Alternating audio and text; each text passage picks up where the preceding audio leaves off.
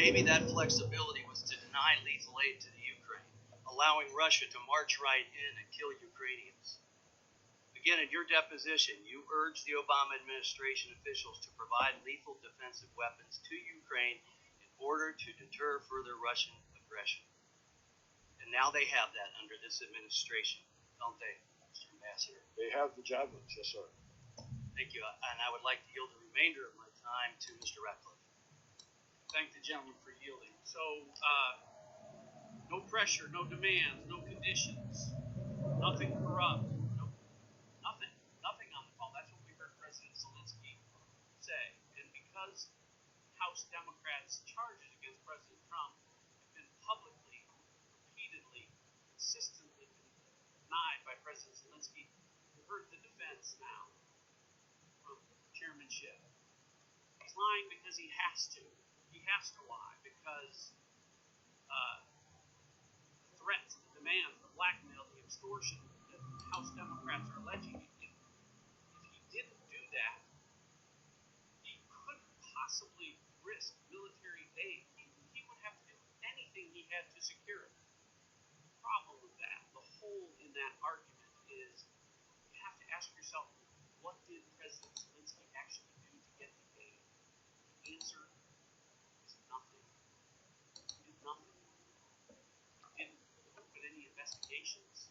He didn't call Attorney General Bill Barr. He didn't do any of the things that House Democrats say that he was being forced and coerced and threatened to do. He didn't do anything because he didn't have to. Mr. Perry, you're recognized for 5 minutes. Thank you, Mr. Chairman. Thank you both for your true heroic efforts, both today and also throughout your careers. I'd like to start with you, Mr. Kent. In your testimony, you said that you had, in mid-August, it became clear to me that Giuliani's efforts to gin up politically motivated investigations were now infecting U.S. engagement with Ukraine, leveraging President Zelensky's desire for a White House meeting.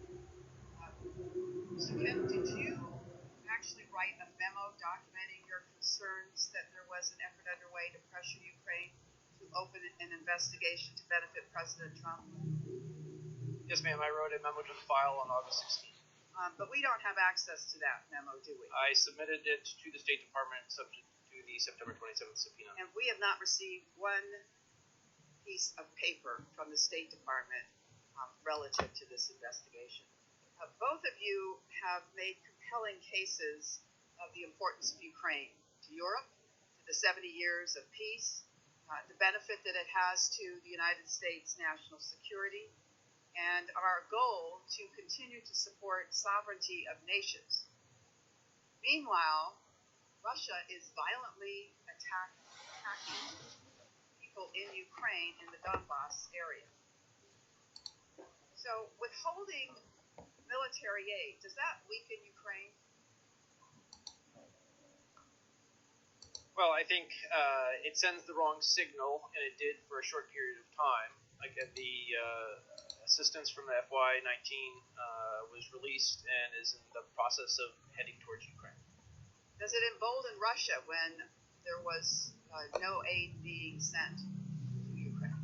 I think the signal that there's controversy and question about the U.S. support of Ukraine sends the signal to Vladimir Putin that he can leverage that as he seeks to negotiate with not only Ukraine but other countries.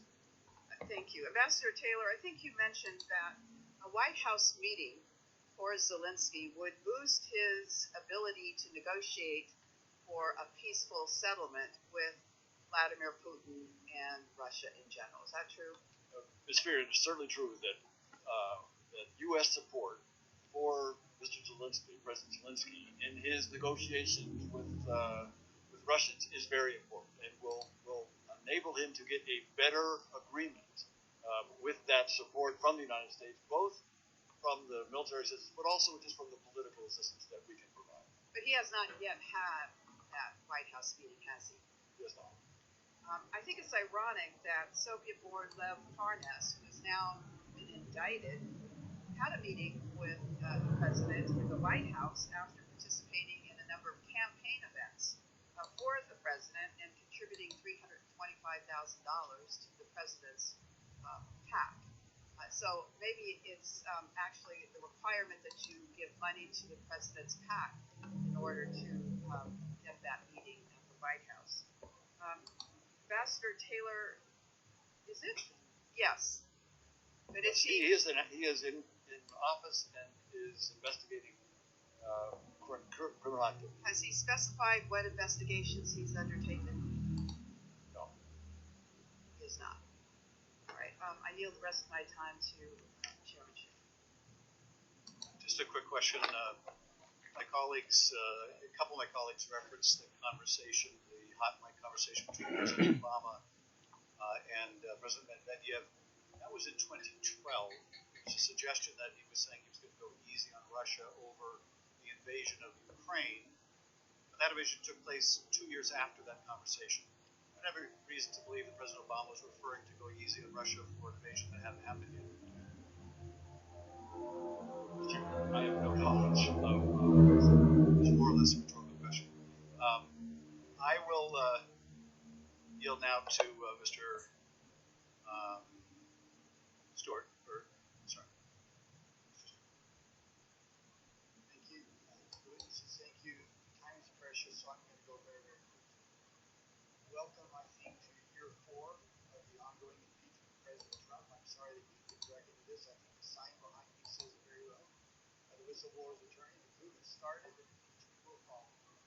But after listening to what is going on now, 4 hours and 21 minutes, after all of the secret hearings, after all of the leaks, after hearing witnesses such as yourselves give your opinions, it really comes down to this one thing.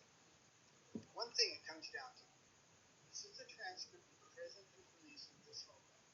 There is one sentence, one phone call. That is what this entire impeachment proceeding is based on. And I got to tell you, if your impeachment case is so weak that you have to lie and exaggerate about it to convince the American people that they need to remove this president, then you've got a problem. The American people have been lied to again and again on this. We first heard a lot about quid pro quo.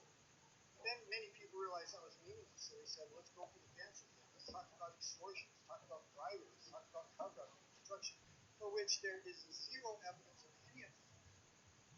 We heard a characterization of the president's phone call that was so outrageously inaccurate it had to be described as a parody. And none of those things, none of it matters. It comes down to this. We appreciate your insight, we appreciate your opinion, but all you can do is give your opinion of this. It's one phone call. Let me ask you, gentlemen, both of you have said here today, you've testified, corruption in Ukraine is endemic. Would we agree on that?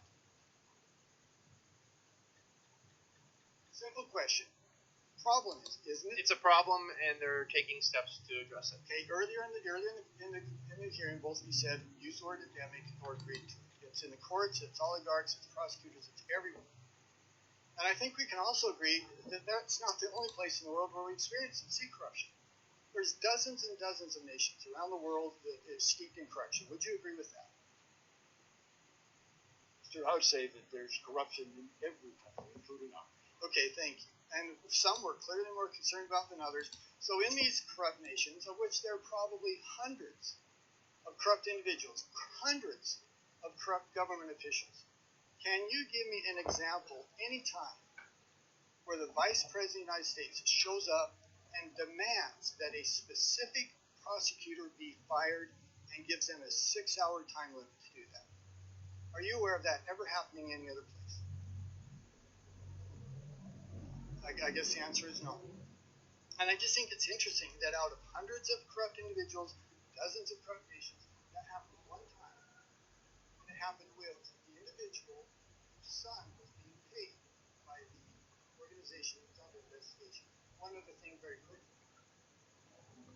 If someone is a candidate for political office, even for president of the United States, should they be immune from investigation? No one is above the law, sir. Thank you. I agree with that. I think well with it. Yeah, I think some people, because some individuals are talking about human candidates, that they are immune from any questions that they need to investigation. I think sir.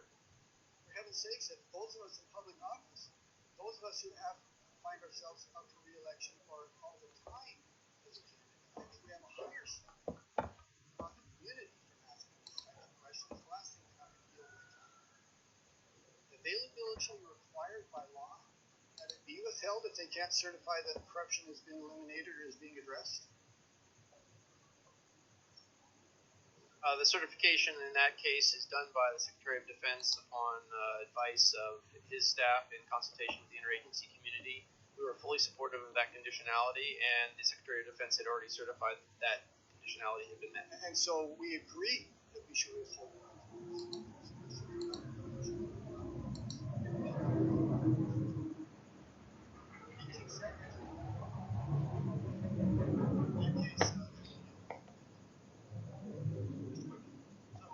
That certification that took place in May, is that correct, Mr. Kennedy? I do not believe it was certified by me. I would refer to my colleague Edward, who's testified in those It had not been done by May because when I was visiting in May, I was asked by Laura to raise a specific issue that would meet the conditionality. But the DO